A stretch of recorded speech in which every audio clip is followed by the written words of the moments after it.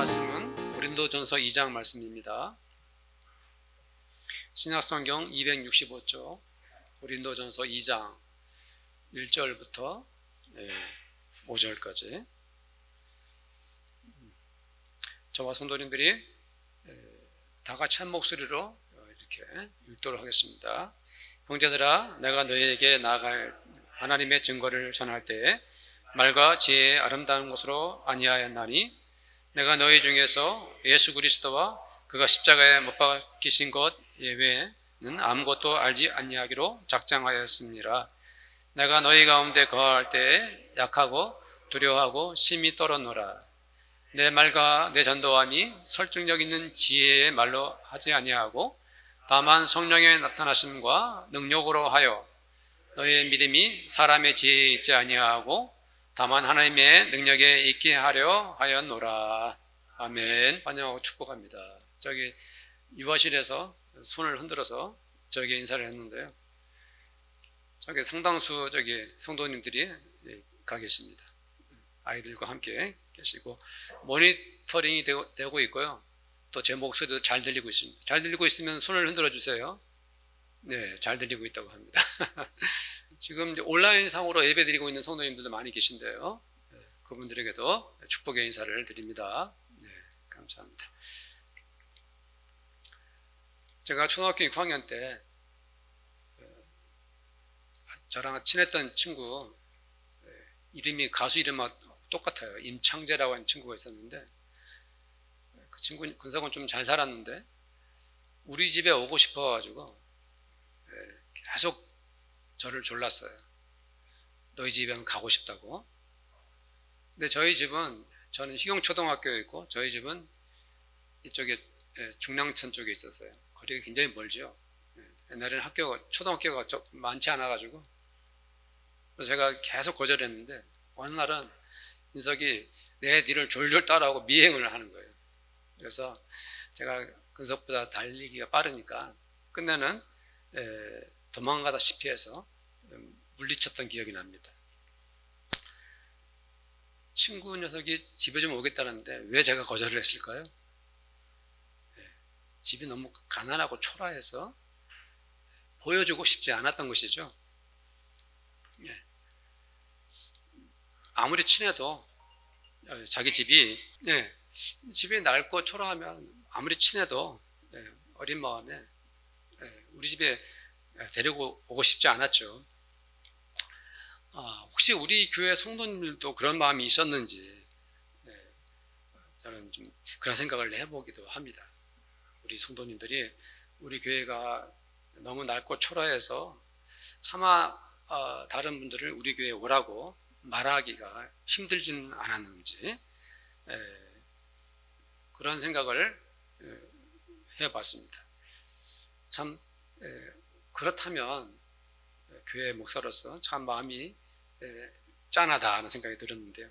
이제는 그렇지 않죠. 이제는 그렇지 않습니다. 이제는 성도님들이 누구에게라도 우리 교회 한번 와보세요라고 말할 수 있게 되었습니다. 제가 보기에도 이렇게 작은 규모의 교회 중에서 우리 교회보다 더 아름다운 곳은 찾아보지 못한 것 같아요. 한번 와보세요 이렇게 말할 수 있는 것은 이제 우리 교회를 어느 분이라도 오시게끔 할 수 있는 그러한 자신감이 우리에게 생긴 것이죠. 그렇지만 그와 더불어서 더욱 중요한 것은 그분들에게 우리 교회는 예수님이 계십니다 라고 전할 수 있어야겠죠. 그렇죠? 단순히 교회 건물을 보여주는 것 이상으로 예수님이 계십니다라고 말해야 됩니다. 저는 그래서 오늘 성도님들과 함께 우리 교회가 정말 이 예배당이 많은 사람들로 가득 차기를 그러한 마음을 바라면서 원하면서 말씀을 전하고 싶습니다. 우리 성도님들이 사람들을 우리 교회에 오게 하려면 전도를 해야 되는데 어떻게 전도를 해야 할까요? 전도라는 것, 일단 우리가 입을 열어서 복음을 전해야 하고, 그러면 좀 말을 잘해야 될 것 같고, 그리고 고민이 되는 것은 어떻게 전도를 하지? 그리고 어떤 말을 해야 하지? 내가 과연 누구에게 제대로 전도할 수 있을까? 이런 고민을 할 것입니다. 자, 이런 고민을 오늘 말씀을 통해서 우리가 어떻게 전도를 할 수 있을지 은혜 받았으면 좋겠어요. 자, 우리 1절 말씀을 한번 읽어봅시다. 다 함께 시작. 형제들아, 내가 너에게 나아가 하나님의 증거를 전할 때에 말과 지혜 아름다운 것으로 아니하였나니. 이 말씀의 의미는 바울이 하나님의 말씀을 전할 때 아름다운 말이나 훌륭해 보이는 지혜로운 언어로 하지 않았다는 것이에요. 이 말씀을 보면은 이 말씀 우리에게 위로가 되는구나, 우리에게 힘이 되는구나 하는 것을 오늘 이 말씀이 우리에게 보여주고 있죠. 왜 그렇죠? 왜 이 말씀이 우리에게 힘이 되고 위로가 됩니까? 우리가 복음을 전할 때 정말 아름다운 어휘, 뛰어난 말솜씨로 전해야 된다면 얼마나 부담이 되겠어요. 그렇죠? 말을 잘해야 돼. 그래야만 전도할 수 있어. 이거 굉장히 부담이 되죠. 지혜롭다는 것은 이 당시에 이 언어적 배경을 본다면 좀 어려운 말이에요. 어떤 철학적 의미가 있는 거예요. 지혜가 없는 나는 정말 복음을 전할 엄두도 내지 못하겠네. 지혜롭게 전해야 된다면, 아름다운 말로 전해야 된다면, 그렇죠? 그런데 바울은 내가 하나님의 말씀을 전할 때 아름다운 말과 지혜로운 말로 하지 않았다. 그렇다면 뭡니까? 나도 평범한 나 같은 사람도 복음을 전할 수 있겠구나 하는 위로를 받을 수가 있는 것이죠. 그렇다면 우리들도 얼마든지 복음을 전할 수 있겠구나 하는 희망이 생기는 것이죠. 가능성이 있는 것입니다. 자, 3절 말씀도 한번 읽어봅시다. 3절 말씀 시작. 내가 너희 가운데 거할 때 약하고 두려워하고 심히 떨었노라.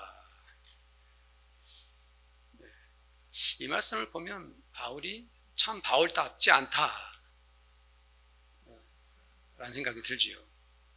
이 말씀만 본다면 바울의 마음이 매우 약해져 있죠. 왜 바울은 약하고 두려워했을까요? 심지어 심히 떨었다고 했습니다. 왜 그랬을까요? 바울이 무서워하고 두려워했다면 그 이유는 무엇 때문이었을까요? 사실 사람의 말이에요. 누군가에게 말을 전달하면서 막 신나게 떨고 있다면 그 모습이 정말 초라해 보이지 않습니까? 누군가에게 말을 해야 되는데 벌벌 떨고 있다면 어떻게 그런 상태에서 대화라도 할 수 있겠습니까? 그러면서 상대방이 사람들이 저 사람 왜 이렇게 떨고 있지? 하고 이상하게 생각할 것 아닙니까? 그렇죠? 네. 바울이 왜 고린도 성도들 가운데 있을 때에 그렇게까지 약하고 두려워했을까요? 왜 심지어 떨었을까요? 바울은 사도인데 바울이 왜 이런 말을 했는가?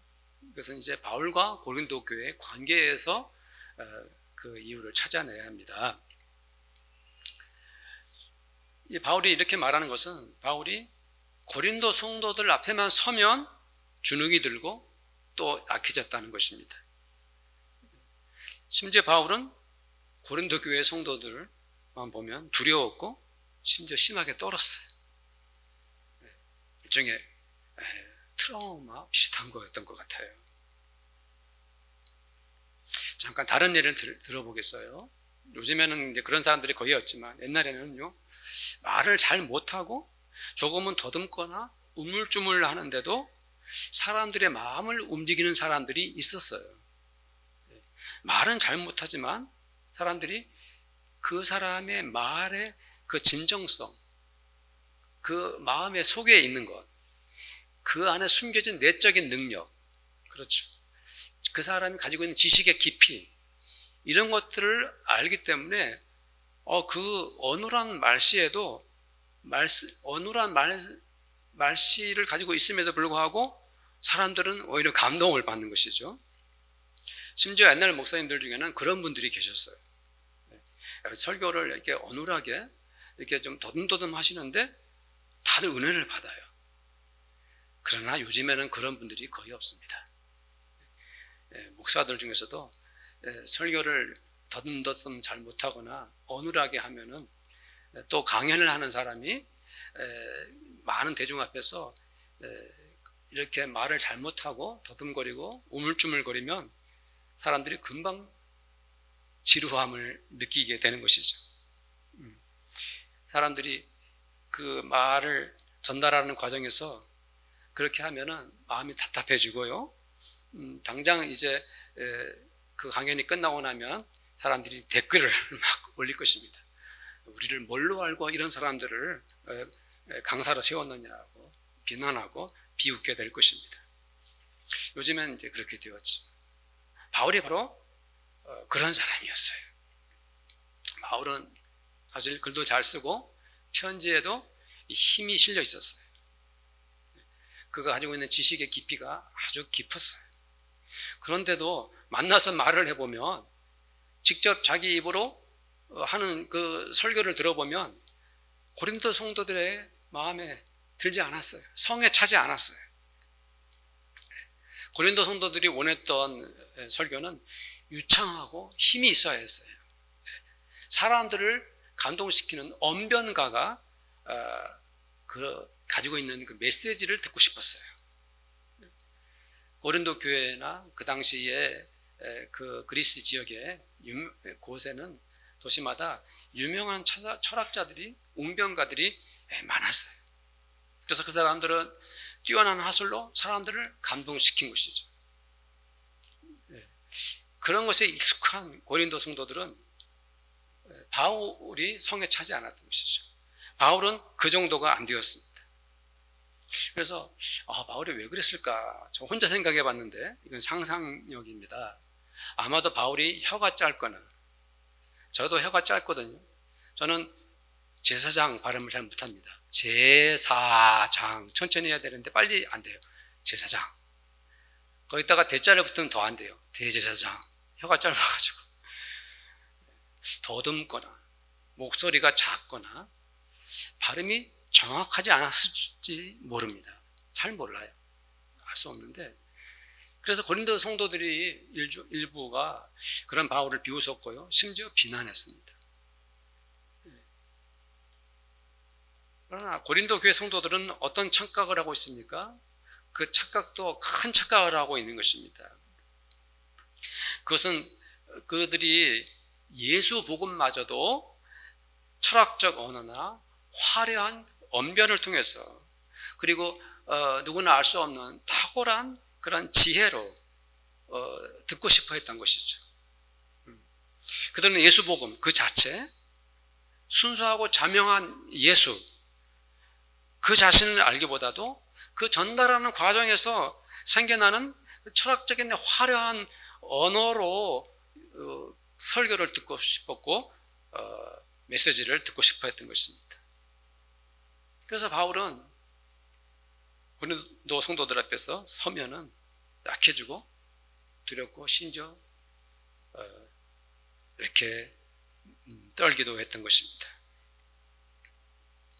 그러나 바울에게서 우리는 정말 이상한 점을 찾아낼 수 있습니다.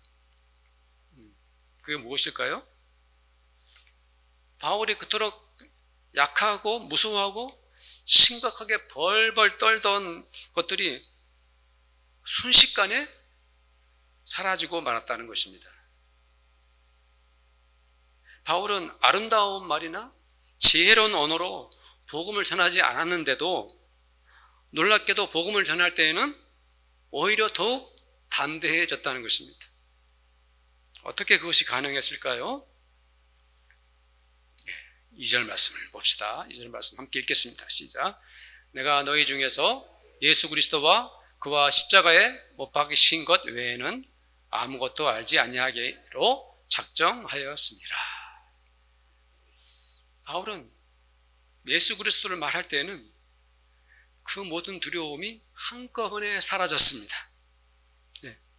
바울은 예수가 십자가에 못 박혔다는 그 말을 전할 때에는 그토록 약했던 그 모든 연약함은 흔적도 찾아볼 수 없었습니다.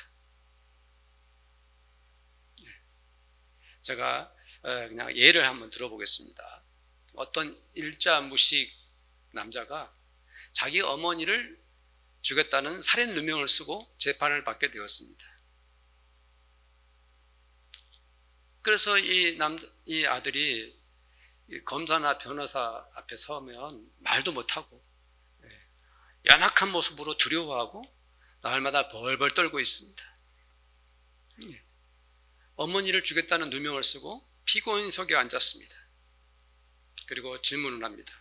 당신은 당신의 어머니를 죽였습니까? 그 질문을 듣자마자 그 아들이 말합니다. 아주 정확하고 담대하게 그리고 또렷하게 말할 수 있습니다.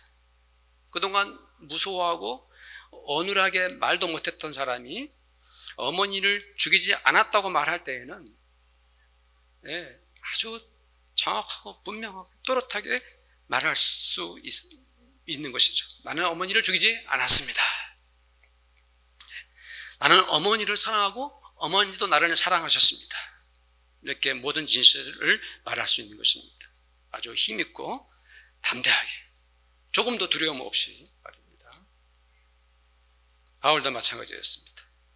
그가 고린도 교회 사람들 앞에서 비록 두려워하고 약해져서 겉으로는 초라한 모습이었지만 예수를 전할 때에는 선명하고 진실하게 그리고 담대하였습니다.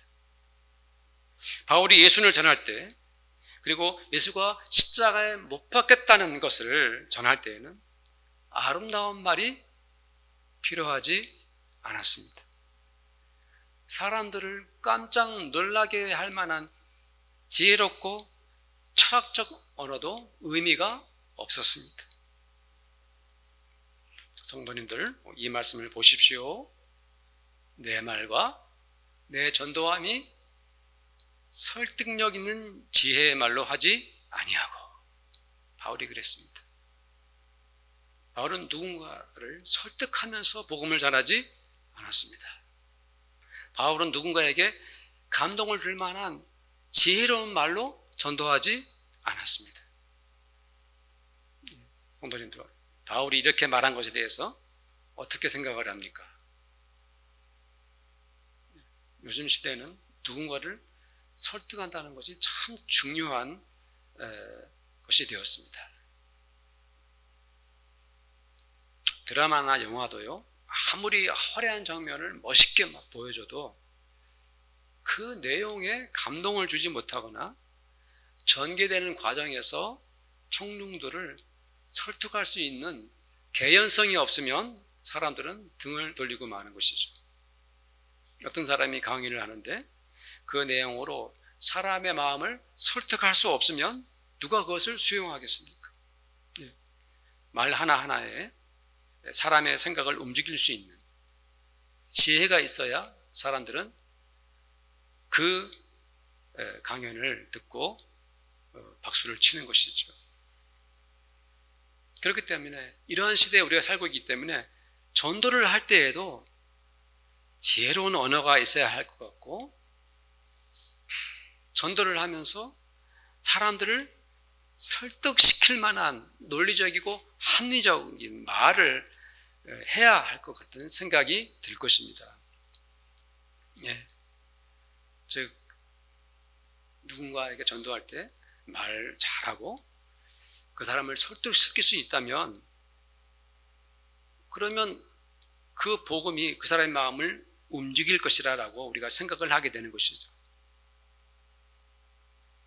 그러나 바울은 그 모든 것들을 배제시키고 있습니다. 바울은 예수를 전하는데 다른 언어적 도구를 사용하지 않았습니다. 바울은 예수를 전할 때 미사여구를 활용하지도 않았습니다. 그는 아주 단순하게 오직 예수를 전했습니다. 즉 바울은 단지 예수님만을 전한 것입니다. 성도님들, 단순하게 예수만 전하는 것이 무엇을 의미합니까? 그것은 그냥 예수가 어떠한 분인지, 예수가 어떻게 이 세상에 왔고 그가 무슨 일을 했는지, 예수께서 무슨 말씀을 하셨는지, 그가 왜 십자가에 못 박혔는지, 그리고 어떻게 죽음을 이기시고 부활했는지, 그 모든 것들을 그냥 사실 그대로 전하는 것입니다. 이것이 바로 단순하게 예수를 전하는 것입니다. 예수를 전할 때에 그 전하는 과정에서 별다른 그러한 아름다운 언어로 치장하고 꾸밀 필요가 없습니다. 예수를 전하면서 그 사람이 예수를 믿게 하려고 따로 설득하거나 잡다한 설명을 할 이유가 없습니다. 내가 내 방식으로 합리적인 말로 예수를 전하지 않아도 됩니다. 우리는 그냥 예수가 어떤 분이신지, 그가 어떤 일을 행하셨는지, 그가 무슨 말씀을 하셨는지, 예수님 그분을 그대로 전하면 되는 것입니다. 그것이 바로 전도요, 복음을 전하는 방법인 것입니다. 그렇게 할 때 바울에게 어떤 일이 일어났습니까? 오늘 말씀에 의하면 다만 성령의 나타나심과 능력으로 하여, 이렇게 말씀하고 있죠. 그렇게 하면 하나님의 영이신 성령께서 나타나십니다. 그렇게 단순하고 선명한 예수 복음을 전하면 성령께서 능력을 주십니다. 왜 성령님은 우리가 복음을 전할 때 아름다운 말을 사용하거나 설득력 있는 언어로 하는 것보다 단지 예수만 전하고 예수 십자가 복음을 전할 때 함께 하시고 왜 또 능력을 주시는 것입니까? 왜 그럴까요? 예를 들어서 우리가 아름다운 말을 동원해서 사람들을 설득시키면서 복음을 전하라고 한다면은 거기에 반드시 우리의 생각이 덧붙여지기 마련입니다. 자기가 가진 언어의 능력으로, 자기가 배운 지식으로 예수를 전하려고 한다면 원래의 그 예수님, 참된 모습, 예수님의 본래의 그 예수님이 아니라 거기에 나의 사상이 물들게 되어 있는 것입니다. 우리가 이렇게 아름다운 언어, 지혜로운 말을 하지 않아도 된다고 한다면, 그렇다면 우리 성도님들은 예수님을 전할 때 나도 복음을 전할 수 있겠구나 하는 믿음이 생기게 되는 것입니다. 내가 복음을 전하려고 할 때 마음이 떨리고 심지어 두렵고 말재주도 없고 어떤 분은 저처럼 발음이 정확하지도 않고 또 나는 누군가를 설득시킬 수 있는 그런 재능도 없는데, 나는 갖춘 것이 아무것도 없는데 내가 단지 예수님만 전해도 된다면, 나는 단순하고 그냥 선명하게 있는 그대로 예수님만 전할 수 있다면, 저도 여기 계신 성도님들도 누구나 예수님을 전할 수가 있는 것입니다. 그리고 우리는 나도 예수님 전할 수 있겠구나, 전도할 수 있겠구나 하는 희망이 생기는 것이죠. 그렇게 저와 우리 성도님들이 단순하고 선명한 예수 복음을 전한다면요, 어느 분이 함께 하신다고요? 성령님이 나타나십니다. 심지어 성령님은 우리가 그저 예수님만 전하는데 우리가 더욱 담대하게 예수님 전할 수 있도록 능력도 주시는 것입니다. 그래서 바울이 오늘 그 고백을 하고 있는 거예요. 그러면서 이렇게 또 말하고 있어요. 바울이 너희 믿음이 사람의 지혜에 있지 아니하고 다만 하나님의 능력에 있게 하려 하였노라. 성도님들, 이 말씀에 은혜를 받으셔야 합니다. 왜 그럴까요? 누군가가, 어떤 사람이 믿음을 갖는다는 것은, 어떤 사람이 예수를 믿는다는 것은 그 사람에게 전도하고 복음을 전하는 그 사람의 지혜로 이루어지는 것이 아닙니다. 어떤 사람이 많이 배웠고 성경 지식도 풍성하고 말을 잘하고 사람을 설득시킬 수 있어서 그 누군가가 예수를 믿게 되는 것이 아니라, 우리가 단지 예수를 전할 때, 우리가 예수 복음을 전할 때 누군가가 예수를 믿게 되는 것은 나의 능력이 아니라 하나님의 능력으로 되는 것입니다. 하나님이 그 일을 하시는 것입니다. 누군가가 자기의 지혜와 언어적 능력으로 사람들을 감동시켜서 그렇게 정말 전도도 잘하고 예수 믿게 했다면 그것이 겉으로는 그럴싸해 보일지 모르지만 그것은 예수를 전한 것이 아니라 자신의 생각을 전달시키는 것입니다. 그러므로 성도님들은 말재주가 없어도요, 혹시 배운 것이 부족해도요, 혹은 신앙생활 한 지 얼마 안 돼가지고 성경도 잘 모르고, 전도 훈련도 한 번도 한 적도 없고, 전도 폭발인지 폭탄인지 그런 것도 배운 적도 없고, 내가 할 수 있는 것이 아무것도 없다라고 생각할 때 우리 성도님들이 할 수 있는 것이 무엇입니까? 예수님만 전하면 되는 것입니다. 단순하고 선명하게 우리 주 예수님을 전하면 되는 거예요. 우리 주 예수가 창조주 하나님인 것을 전하면 되는 것입니다. 예수님께서 이 세상에 오셔서 그 하신 모든 일들을 말하면 되는 것입니다. 예수님께서 우리에게 하신 그 말씀들, 예수님께서 얼마나 사람들을 사랑하셨는지 그 예수 복음을 전하면 되는 것입니다. 예수께서 마침내 십자가에 죽으시고 부활하셨던 그 역사적 사실들을 그대로 그들에게 전하면 되는 것입니다. 바울이 그랬던 것처럼 복음을 전하는 데에는 저나 우리 성도님들이 오직 예수만 알면 되는 것입니다. 예수 십자가만 알고 있으면 되는 것입니다. 그것이 복음의 진수고요, 복음의 능력인 거예요. 요한복음 14장 26절 말씀입니다. 보혜사 곧 아버지께서 내 이름으로 보내실 성령, 그가 너희에게 모든 것을 가르치고 내가 너희에게 말한 모든 것을 생각나게 하리라.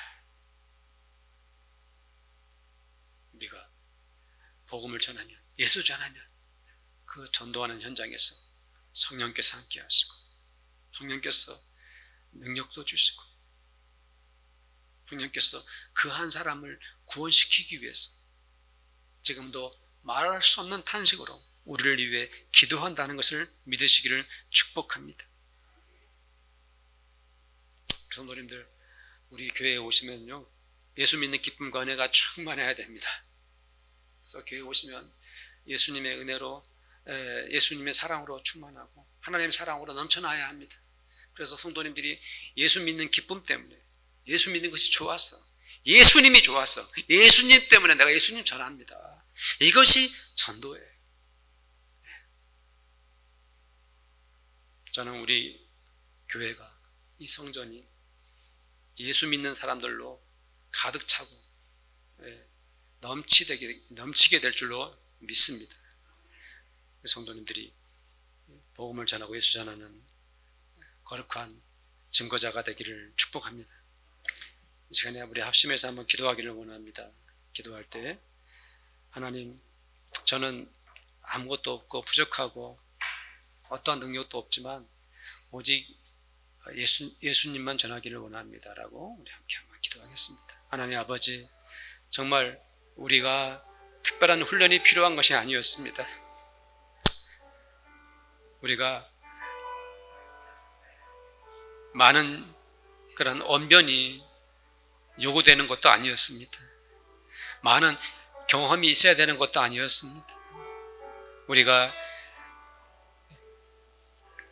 예수 전하는 것, 우리 주님 전하는 것, 선명하고 단순한 우리 주 예수 그리스도 그분을 전하기를 원합니다. 주님, 나는 부족하지만 내가 예수 복음 전하고 예수 전하면 성령님 나타나셔 우리를 도와주시고 우리에게 능력을 주실 것입니다.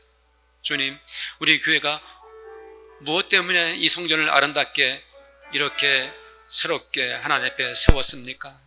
그것은 이 성전에 하나님을 믿는 사람들로 가득 채워주기 위한 것이었습니다. 주님, 예수 전하기를 원합니다. 선명하고 분명한 복음 예수 증거하기를 원합니다. 그 누구에게라도, 그 어떤 사람에게라도 예수를 증거할 때 그 은혜가, 구원의 은혜가 모든 이에게 차고 넘치게 하여 주시옵소서. 우리 교회를, 성도님들을 그렇게 축복하여 주시옵소서. 우리 주 예수님의 이름으로 기도드립니다. 아멘. 지금은 우리 주님 예수 그리스도의 은혜와 하나님 아버지의 사랑하심과 성령님의 교제하심이 이 자리에 함께한 우리 모든 성도들과 우리 성도들의 가정마다 그들의 일터와 그리고 우리 교회 위에 지금부터 영원토록 함께 있을지어다. 아멘.